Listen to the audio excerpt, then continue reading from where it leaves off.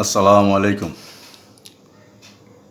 প্রিয় শিক্ষার্থীবৃন্দ, কেমন আছো তোমরা? আশা করি সবাই ভালো আছো। তোমাদেরকে আজকে ক্লাসে স্বাগত জানাচ্ছি।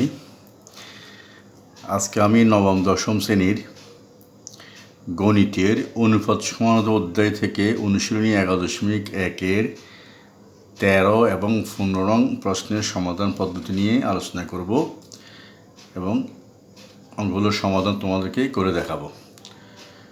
সবাই মনোযোগ সহকারে সমাধান পদ্ধতি দেখবে এবং আমার কথা শুনবে। চলো আমরা অঙ্কগুলো সমাধান করি। প্রথমে 13 নম্বরটা দেখি। 13 নম্বর দেওয়া আছে a square plus B square divide by b square plus C square equal to a plus b whole square divide by b plus c whole square হলে দেখাও যে এ বি সি ক্রমিক সমানুপাতি। অর্থাৎ এখানে এই রাশিটা থেকে আমাদের প্রমাণ করতে হবে এ বি সি ক্রমিক সমানুপাতি। তো আমরা জানি যদি বি স্কোয়ার সমান এ সি প্রমাণ করতে পারি আমরা, তাহলেই আমরা বলতে পারবো এবিসি ক্রমিক সমানুপাতি। চলো আমরা অঙ্কটার সমাধান দেখি। প্রথমে কি দেওয়া আছে লিখে আমরা এখন a square plus B square divide by b square plus C square equal to a plus b whole square divide by b plus c whole square. এখন এখান থেকে আমরা লিখতে পারি b plus c whole square divide by b square plus C square equal to a plus b whole square divide by a square plus B square. অর্থাৎ এখান থেকে এই রেশিটাকে আমরা এখানে নিয়ে আসলাম, আমার এই রেশিটাকে এখানে নিয়ে আসলাম। এটাকে বলা হয় একান্তরকরণ। তো আমরা এখানে এটাকে সাইড নোট লিখতে পারি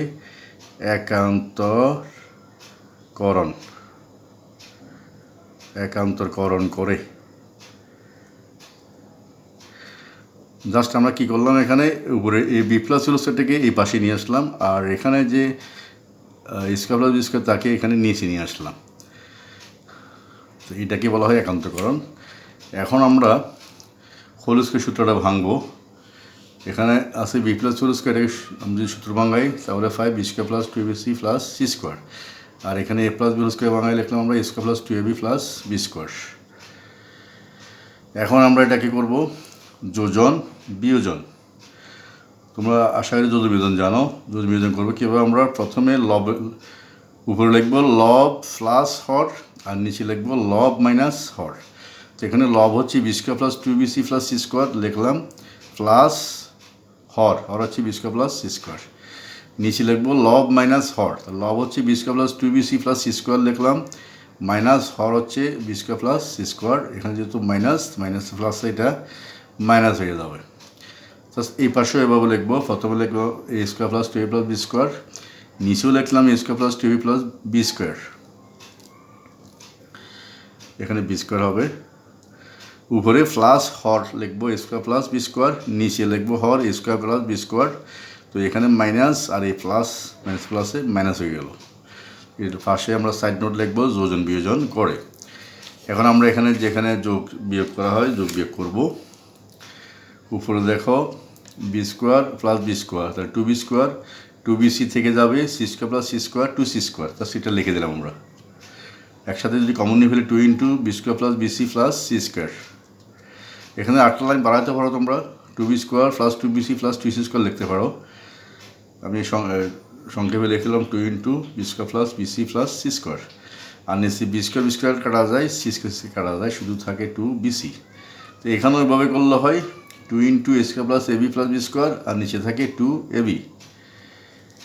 এখন আমরা উভয় পাশ থেকে যদি এখানে 2 কাটা যায়, এখানেও 2 কাটা যায়, তাহলে থাকে b square plus bc plus C square by bc, আর এখান থেকে a square plus ab plus B square by ab.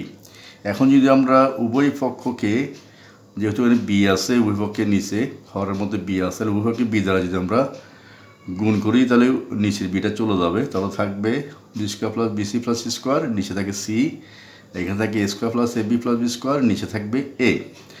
এখন এটাকে জাস্ট আমরা আর গুণন করে দেব, আর এ দিয়ে গুণ করবো এখানে এটাকে, আর সি দিয়ে গুণ করবো এই পাশে এটাকে। তাহলে হয় a b square plus a bc plus C square equal to c a square plus a bc plus B square c. এখন যদি আমরা সবগুলোকে এক পাশে নিয়ে আসি তাহলে হবে এ b square plus a bc plus c স্কোয়ারে মাইনাস এটা দিকে নিয়ে আসলে c a square minus a bc minus b square c equal to 0।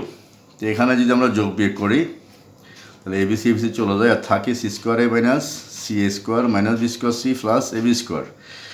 এখন যদি আমরা এখান থেকে কমন নিই, দেখো ওই প্রথম দুটো থেকে কমন যায় সি এ, তাহলে এখানে সি থাকে এখানে এ থাকে, তাহলে সি এ ইন্টু সি মাইনাস এ।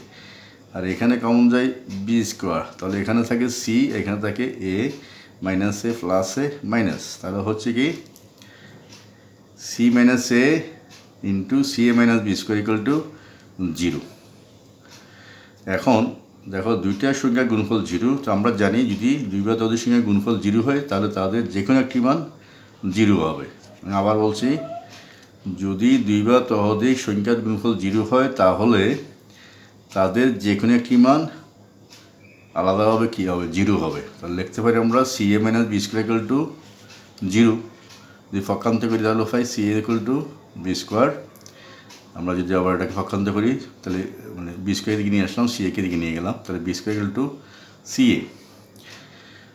আমি প্রথমে বলেছি যদি b square equal to c a হয় তাহলে আমরা এটাকে সমানুপাতে লিখতে পারি, তাহলে লিখলাম বা A by B equal to B by C, অর্থাৎ এ বি সি ক্রমিক সমানুপাতি।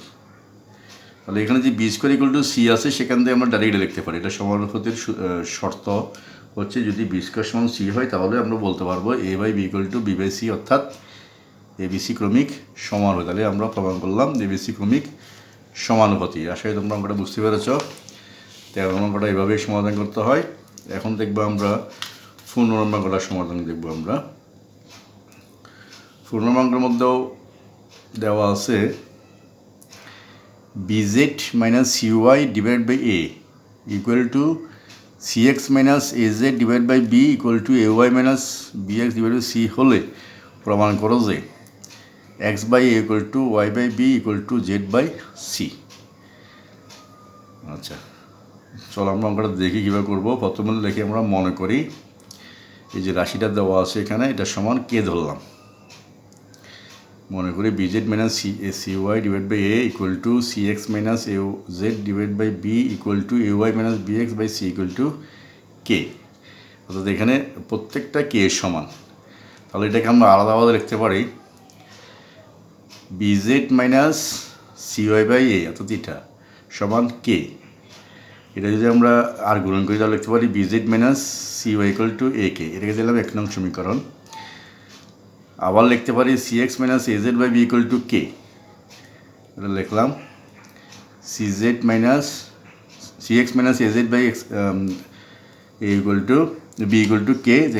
এখানে যদি আমরা আর গুণন করি তাহলে পাই C x minus A Z equal to B K, এটাকে 2 নং সমীকরণ। আর একটা হচ্ছে আমাদের A Y minus B X by C equal to K, এটাকে যদি আমরা আর গুণন করি তাহলে লিখতে পারি A Y minus B X equal to C K, এটা একদম 3 নং সমীকরণ। এখানে আমরা 3টা সমীকরণ পেলাম। আমাদের এখানে এখন উদ্দেশ্য হচ্ছে কে এর মানটা বের করা। এখন আমরা 1, 2 এবং 3টা সমীকরণকে যথাক্রমে 1 নংকে এ দ্বারা, 2 নংকে বি দ্বারা এবং 3 নংকে সি দ্বারা গুণ করে তারপর 3টা সমীকরণকে আমরা যোগ করব। তো লিখি এখন 1, 2, 3 নং সমীকরণকে যথাক্রমে এ বি ও সি দ্বারা গুণ করে পাই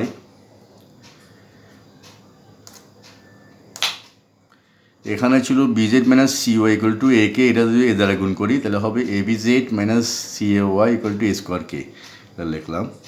আবার 2 নম্বর সমীকরণ লিখবো বি দ্বারা গুণ করবো, তাহলে হবে B C x minus A B Z equal to B square K, এটাও লিখলাম। আবার 3 নম্বরকে লিখবে এখন সি দ্বারা, তখন হবে C A Y minus B C X equal to C square K. এখন এই 3টা সমীকরণ যদি যোগ করি আমরা তাহলে দেখো এখানে এই পাশে বাম পাশে 0 হয়ে যাবে। যেমন এটা প্লাস এটা মাইনাস এ বি জেড এই দুইটা কাটা যাবে। এখানে সি এ ওয়াই এখানে সি ওয়াই প্লাস মাইনাস তাহলে কাটা যাবে। এখানে বিসি এক্স এখানে বিসি এক্স প্লাস মাইনাস এটাও কাটা যাবে। তাহলে এই পাশে থাকে 0 আর এই পাশে থাকে এ square plus B square plus C square into K. এটাকে তাহলে এখান থেকে আমরা লিখতে পারি K into A square plus B square C square equal to 0, সুতরাং কে ইকুয়াল টু হবে 0। তাহলে আমরা এখানে কে এর মান 0 পেয়ে গেলাম। এখন এখান থেকে আমরা লিখতে পারি আবার, যেহেতু কে এর মান 0, bz minus cy divided by a equal to cx minus az divided by b equal to ay minus bx divided by c equal to 0, অর্থাৎ কে এর মানটা বসাই দেবো। এটাই লিখলাম আমরা 0। এখন এখানেও আগের মতন, এখানে যেমন এটার সময় কে ধরছি, এখানেও জাস্ট এটার সমান 0, মানে প্রত্যেকটা সময় আলাদা আলাদা আমরা 0 বের করব। তাহলে দেখো এখানে bz minus cy divided by a equal to 0 আর গ্রহণ করলে পাবো আমরা bz minus cy equal to 0। এখন যদি পক্ষান্তর করি তাহলে পাবো bz equal to cy, bz equal to cy। এখন দেখো z এর সাথে b আছে এবং y এর সাথে c আছে, তাহলে এখন উভয় পক্ষকে আমরা bc দ্বারা ভাগ করব। তাহলে পাই bz by bc cy by bc, তাহলে এখানে bb কাটা যাবে, এখানে cc কাটা যাবে, তাহলে থাকবে z by c equal to y by b। এটা দেবো আমরা 4 নং সমীকরণ। এখন আমরা দ্বিতীয়টা সমান লিখব। দ্বিতীয়টাতে কী ছিল? দ্বিতীয়টা ছিল cx minus az divide by b equal to 0। এখানেও যদি আমরা আর গুণ করি তাহলে পাই cx minus az equal to 0। পক্ষান্তরে পাবো আমরা cx ইকুয়াল টু az। আচ্ছা, এখন উভয় পক্ষকে আমরা এসি দ্বারা ভাগ করব। এসি বলতে এখানে x এর সহগ c এবং a এর সহগ a, দুইটা আমরা বিবেচনা করি, এর এসি দ্বারা ভাগ করবো। এটা ভাগ করলে cx by ac az by ac, তো এখানে cc কাটা, এখানে a কাটা, তাহলে থাকে কি x by a equal to z by c। এটাকে দেবো আমরা 5 নং সমীকরণ। এখন আমাদের আরেকটা অংশ বাকি আছে, সেটা হচ্ছে যে আবার ay minus bx equal to c, ay minus bx divide by c equal to 0। এখানেও যদি আমরা আর গ্রহণ করি তাহলে পাবো আমরা ay minus bx equal to 0। পক্ষান্তর করলে পাবো আমরা ay ইকুয়াল টু bx। এখন যদি আমরা উভয় পক্ষকে ab দ্বারা ভাগ করি তাহলে পাই ay by ab divide by bx by ab। এখানে a কাটা যাবে, এখানে bb কাটা যাবে, তাহলে থাকে y by b equal to x by a। এটা 6 নং সমীকরণ। তাহলে এই তিনটা সমীকরণ থেকে আমরা মিলিয়ে লিখতে পারি। সুতরাং দেখবো আমরা 4, 5 ও 6 নং সমীকরণ হতে পাই x by a equal to y by b equal to z by c। আমাদের এটাই প্রমাণ করতে বলা হয়েছে, তাহলে সুতরাং আমরা লিখবো প্রমাণিত। এ হলো আমাদের 15 নম্বর অঙ্কের সমাধান। আশা করি আমরা অঙ্কগুলোর সমাধান বুঝতে পেরেছ। সবাই সমাধানগুলো বাসায় বেশি বেশি করে প্র্যাকটিস করবে, তাহলে তোমরা সহজেই অঙ্কগুলো আয়ত্ত করতে পারবে। সবাইকে ধন্যবাদ।